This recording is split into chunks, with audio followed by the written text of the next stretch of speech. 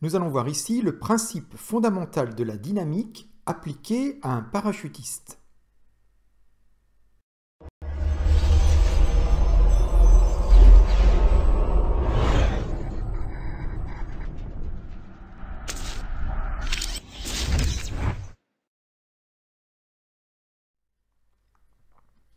Voici un parachutiste. Il vient de sauter de l'avion. Il a une masse notée petit m.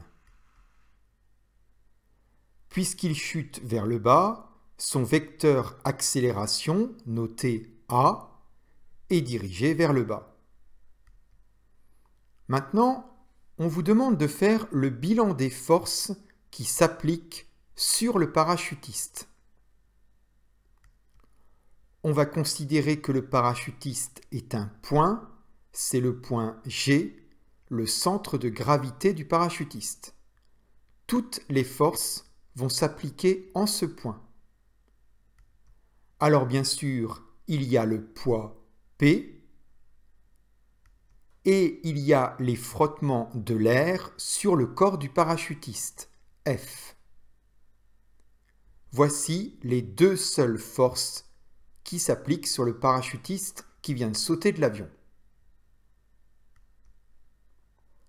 Si on vous demande d'écrire le principe fondamental de la dynamique en vectoriel, il faut écrire que la somme des forces qui s'appliquent sur le parachutiste est égale à la masse du parachutiste multipliée par son vecteur accélération. Donc, on écrit tout simplement P plus F égale M multiplié par A. Et attention, ce sont des vecteurs.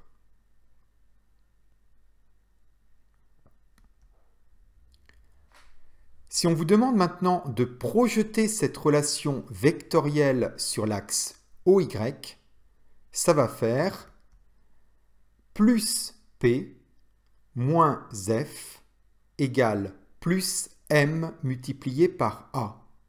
Il n'y a plus de flèches sur les lettres, car ce ne sont plus des vecteurs. Autre information, on vous dit que le parachutiste tombe à vitesse constante. Donc ça veut dire que son accélération est nulle. A vaut 0. On peut donc écrire plus P moins F égale 0. Soit que la force de frottement est égale au poids du parachutiste lorsqu'il tombe à vitesse constante.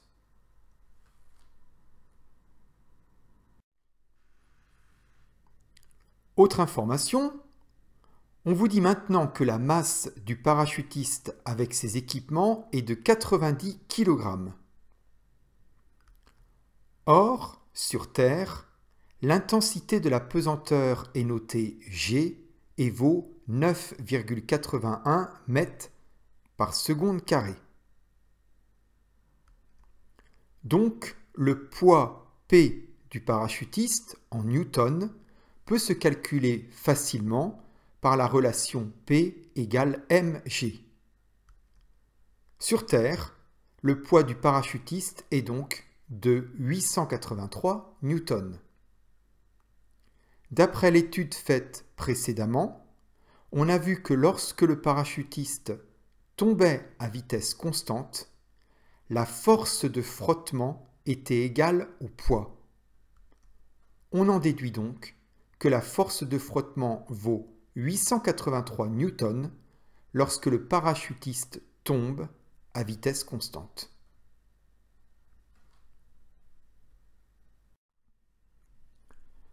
Si cette vidéo vous a permis de mieux comprendre le principe fondamental de la dynamique, lâchez un pouce bleu, dites-le en commentaire, n'hésitez pas à la partager sur les réseaux sociaux et à vous abonner à ma chaîne YouTube. Merci.